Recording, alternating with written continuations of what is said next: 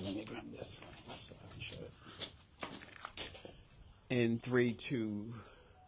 First of all, we want to thank those that are joining us. We're live here, TNN, Facebook Live, State of Affairs. We're live on the road with Dr. Makanjuola. Dr. Mack, we're talking about the annual report of the Daily Mail. Tell us, what are some of the findings? Yeah, so thank you for having me on the live stream. So we're just publishing this, this annual report for the Daily Mail. For those that don't know, the Daily Mail is Bermuda's first men's charity offering free screenings for prostate and cardiovascular health. We were established in February 2023, and we offer on-site screening and programs for men in Bermuda that have no insurance or underinsured. To date, we've screened over 300 Bermudan men, and we've published our findings in our report, which we published this week. The main highlights were, of the 300 men we've screened, there was about a 10% rate of finding advanced prostate cancer. So these are men with a PSA that was elevated from the rapid testing we did, and we were able to get them advanced testing for the hospital and treatment for advanced cancer. These are men that would never have been detected otherwise, especially in our underinsured and uninsured groups. What might you think would be the cause of this higher level for men? Is it hereditary? Yeah, so we know for black men, the risk of prostate cancer is 4 times as high as other races, so genetics plays a part. But we know it's about access as well. So in our population, over 80% had no insurance or underinsurance. They were your plumbers, your taxi drivers. Who, for some men, it's a choice between eating or paying medical bills, and they chose not to. So access is one, education is another one. So we really had to educate men on what the prostate is. A lot of men don't even have an idea where the prostate gland is or what it does, basically. So it's really about education, and I think genetics does play a part as well. And we're doing a study with Dr. Weldon looking at prostate cancer in black Bermudan men, and that's going to be publishing findings soon. So it's multifactorial. For those that might be watching, men, wives that might know of some of the husbands having issues, what might be the symptoms? Yeah, so the symptoms of an enlarged prostate are waking up excessively at night. You're allowed to wake up once a night. If you're waking up 3, 4, 5 times a night, that's never normal. And it may be a sign of waking up and going to use the bathroom, absolutely, yeah. The other one is weak flow. So, you know, as we get older, the stream does tail off a bit. But some men spend a lot of time in the bathroom trying to pee. And often the wives who indicate there's a problem when they say to their husband or partner, hey, you know, I noticed you're taking longer in the bathroom. So, and sometimes men get blood in the urine or infections. These are all telltale signs of an enlargement of the prostate. With prostate cancer, they don't often get symptoms. So you may do a blood test called a PSA, which we're recommending for black men specifically have a blood test every year. And it may be just a blood test that's elevated that triggers a number of tests like the MRI scan or biopsies. And that's one of the messages we're trying to say is for men to get screened, especially high-risk men, so black men or men with a family history of prostate cancer or breast cancer in the women. There may be a genetic link for this. For those symptoms, as you say, how would one know if it's just an enlarged prostate from prostate cancer? Yeah, that's a good question. Sometimes it's very difficult to tell the difference. Some men have advanced cancer with absolutely no symptoms at all. And some men have enlargement of prostate where they have symptoms, but their PSA is normal. So the advice is see a doctor, get the screenings. If there's a problem, speak out early so we can try and work out which one's which. Symptoms don't always mean cancer and vice versa. Now, for let's say, for prostate cancer, this isn't preventable. The outcome doesn't have to be death. Yeah, correct. Yeah. So actually, even today, I've just diagnosed 2 black Bermudan men with prostate cancer. They both had an elevated PSA, had no symptoms. And in the early stages, if it's caught and contained within the prostate, we can offer cure and treatment for this. You know, there's treatments such as radiation, which is offered for free for men with no insurance of Bermuda Cancer and Health. Robotic prostatectomy, and I know Minister Diallo Rabayan came publicly on the weekend about his journey with prostate cancer, and he had a robotic keyhole surgery done to cure prostate cancer, and there's also prostate cancer seed. So there's a number of treatments if the prostate cancer is picked up early. And for some men, they have cancer, which is at early stages, and I say, hey, you've got cancer, but it's not going to be fatal to you. We'd offer active surveillance, which is just monitoring. So there's a number of options, but if you don't know your risk, you have no idea what's going on. I had a black Bermudan man in my office about 3 months ago with a PSA of 10,000. So normal PSA is between 0 and 5, 4. His PSA was 10,000, and it spread, unfortunately. in Bermuda, this should not be happening. We shouldn't be seeing these cases. And that's probably one of the reasons why the Daily Mail was formed. We found a lot of these cases in men that had no insurance or underinsurance. Those are people with future or hip insurance where it can be limited in terms of co-pays and paying out to see doctors. So that's why we're really doing the screening and offering it free for every man in Bermuda, irrespective of your insurance status. Do you feel you're making progress from what you're seeing? How long has the Daily Mail been in existence? It's been about 2 years now. We initially got some funding from the Health Council initially, and then we've managed to raise over $200,000. And we've done screened, as I said, 300 men and picked up about 10% with prostate cancer. Cardiovascular issues, heart issues are a big, big problem in Bermuda. And actually, over 60% of the men we screened had significant high blood pressure. These are men who are a stroke or heart attack waiting to happen. Again, it's about intervening early to try and prevent these problems with cardiovascular issues, as well as prostate cancer issues, which are plaguing men in Bermuda. What might be the cure for the, or preventative measures for the, especially for the heart issues? So is it eating? Is it eating habits? Yeah, it's diet, it's exercise, the boring stuff I call it, exercise, diet. You know, I know I like salt like the next person, but excessive salt, we know as black people, we don't handle the salt load properly. And that can lead to really bad hypertension. It's lack of exercise. Just an interesting story. I moved from London about 3 years ago. And on my phone, I used to record my steps. And I wasn't a particularly big person who did exercise, but just by walking around a big city, I did 10,000 steps a week, which is quite significant. In Bermuda now, I do 2,000 steps a week. So you have to be intentional about exercise in Bermuda. And those are the two things. Again, prevention's better than cure. If you do the simple things before, we avoid blood pressure tablets and kidney failure. We have one of the highest rates of people on dialysis. And a lot of it is due to diabetes and high blood pressure. So if we can intervene early, we can avoid the problems downstream we see. What might you say that would help us? We've got the summer months coming, and we talk about our eating habits. We've got the mac and cheese. Yeah. We've got the potato salad. We have the peas and rice and chicken. We have the fried chicken. Yeah. So there are a lot of foods that it's a part of our culture. They taste well, yes, but it's not good for us in the end result. Yeah, I'd say like anything, it's moderation. I love mac and cheese. I love, potato salad like the next person, but think about your portions. Think about how much you're taking. Don't overeat. Sometimes we just indulge and gorge. Exercise, so know what calories you're taking in and what's coming out. So these are things we can do to try and prevent it. And again, salt is a big one. So before I used to pile a lot of salt when I'm cooking. I don't cook with salt anymore and I add it as I need it. And these are little things you can do to try and help with your health longer term and avoid having to see someone like me in the long term. What else is the Daily Mail? What else is this annual report exposed? Yeah.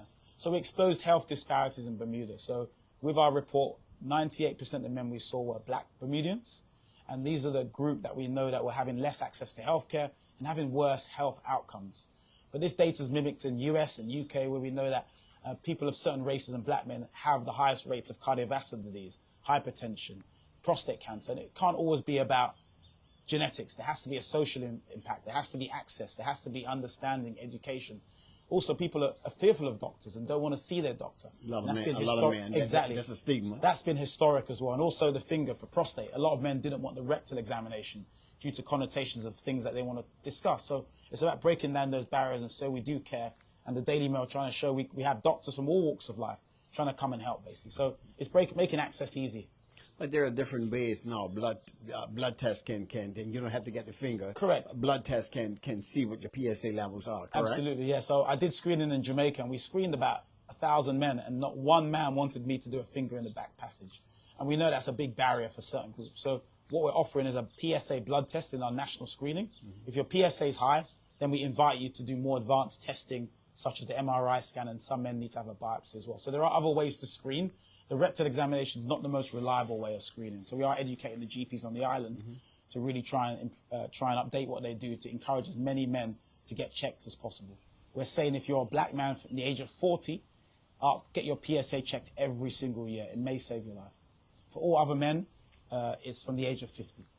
You're talking about the kids' kidney. We have a lot of people, male and female, on kidney. We're talking about kidney, failed kidneys or dialysis. What can be done to save the kidney? Yeah, so the most common causes of going on dialysis is damage to the kidney due to high blood pressure and diabetes. So again, cardiovascular risk, trying to modify early, the exercise, the diet, getting screened as well. I always say to men, we take our car to TCD every year, get it checked. We don't check our bodies. We have no idea what's going on. Our bodies are more tuned than the best cars. So you need to get your spark plugs checked. You need to get the oil checked, the engine checked. Know what the speedometer's doing every year to make sure the engine's working perfectly. So it's about priorities as well. I also say to men, whenever you have a blood test, don't assume that you don't hear the result, everything's okay. I always say the most dangerous thing in Bermuda is, I had a blood test, doctor said, no one called me, so I thought everything was okay. Things get missed. Be empowered to get your results, know what the results are. If you're not sure, book time with your GP to go through the blood test. I always say to men, you know what's in your bank account to the letter, but you can't tell me what your cholesterol value is. You can't tell me what your PSA is. It's about priorities. Yeah. Well, interesting. Yeah. Tell us some of the preventative ways and so forth. You're talking about high blood pressure. How do you eliminate? So some people... What can be done, to bring down your high blood pressure, the level? So we know stress as well, and obviously I can't fix stress, but we know stress is a big, big factor. But exercise helps with that. Exercise, yeah. You know, I always say get your heart rate over 100 at least 2 or 3 times a week. So walking is good to get, but doing really intense exercise where you're blowing off the cobwebs, get the heart pumping over 100 beats a minute for at least 30 minutes a week, just to get blood pumping around the body. That will help to reduce your blood pressure. Diet, exercise, and try and modify things you can fix. Things like stress, unfortunately, we can't always change those things, but at least know your numbers, know what your blood pressure is. Engage with the process, and it will save your life. Every week we airlift Bermudan men to Leahy for heart attacks, for aortic dissections, things that are preventable, and they're getting younger and younger and younger, which is unfortunate. What's coming up on the agenda for the Daily Mail? Yeah. So I'm really proud and pleased to announce that we're going to be the first country in the Caribbean or in the region to have a mobile testing clinic. So it's been paid for cash. It leaves Liverpool this week and it'll be in Bermuda by the end of the month. And that's a mobile screening clinic. When we do the pop-ups, we've done Bailey's Bay, St. George's Cricket Club, Workman's. It's quite labour intensive. With the van, we're able to drive up to the centre. Men can hop in, get your blood pressure checked, get bloods, PSA, all free of charge, and identify risk. So it's a mobile screening clinic for all of Bermuda. We're going to make it available for every person that wants to use it, and there's no charge for anyone at all for this. And it's all volunteers running it. Do you need more volunteers, nurses, people Yeah, that know? absolutely. We've got over 100 volunteers now, yes. And how could new personnel come on board? So you could always come and find me. People always grab me on the street. I'm happy to talk. Also, you can email us at info at thedailymailclinic.com, info at Daily Mail Clinic, spelled DAILYMALE Clinic, CLINIC.com, and we'll give you the information you can put on the website. You can email us. We're always looking for volunteers. We also have a lot with students as well. So a lot of students that want to become doctors or nurses, they need work experience. So we've had about 5 or 6 students last year come with us. They did the volunteer hours and we gave them certificates for them to use to progress. So we're happy to see all volunteers that want to come and support this initiative. So the mobile bus might be going to certain areas where men don't come out of. Correct, yes. I had guys that said, oh, Dr. Matt, we're labourers. We work on a building site and we can't come on a Saturday morning. No worries, we've got you covered. We'll be able to drive to your building site, do the screening, and then hop off as well. So this van makes sure no one is disadvantaged and no one has any excuse because they come into a doorstep near you to offer the services for the screening. We also see in Bermuda there's a lot of spots where a lot of men congregate. Yes. A lot of alcohol is being used. Yeah. Might you tackle some of these areas? Yeah. So we're actually working with MASK, the men's mental health charity, and we're going to make the van available to them so they can do their counselling and try and do some prevention work as well. We are in conversation with the Department of Health as well, so we can try and do some on-the-road counselling and screening for men with substance abuse and also alcoholism as well. So the mobile bus is not just about Daily Mail, it's for all of Bermuda, and it's a mobile hospital where we can do interventions, education and screening on the road. Lastly, what would be your greatest achievement or your greatest task to achieve a positive outcome on what you do? Yeah. So we've got quite strong ambitions, and we want to screen about 500 men a year in Bermuda for prostate cancer. It's quite a lot, but we think it's achievable if we increase our efforts, and really just want people to increase their knowledge of prostate, have the conversation of cardiovascular disease, and try and do better. Men, I always say, men only come to when things are either hanging off or dropping off. Let's do better, Bermuda, especially for the men here, and try and improve what we can do. So if we can screen men, improve the conversation, I think we've done a good job then. What's a good age to start? Even young 19s, I'd say even 20s? 19, 20, exercise, but get your physicals every year. Even people with insurance have access to a physical once a year, and a lot of people don't take advantage of it.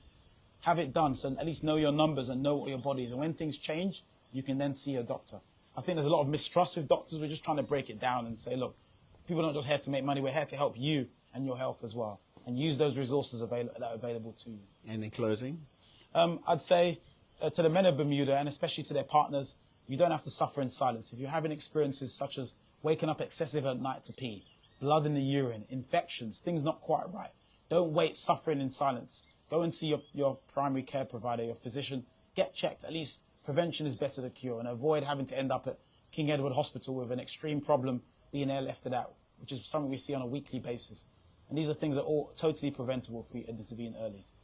Thanks. Dr. Mack, I want to thank you. Bermuda, you heard it.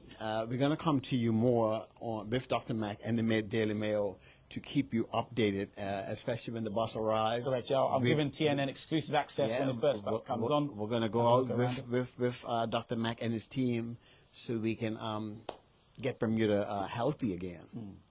Dr. Mack, I want to thank you. Thank you very much. Keep up the good work. Thank you. And it's to all the team as well. It's a team effort. It's not just about me.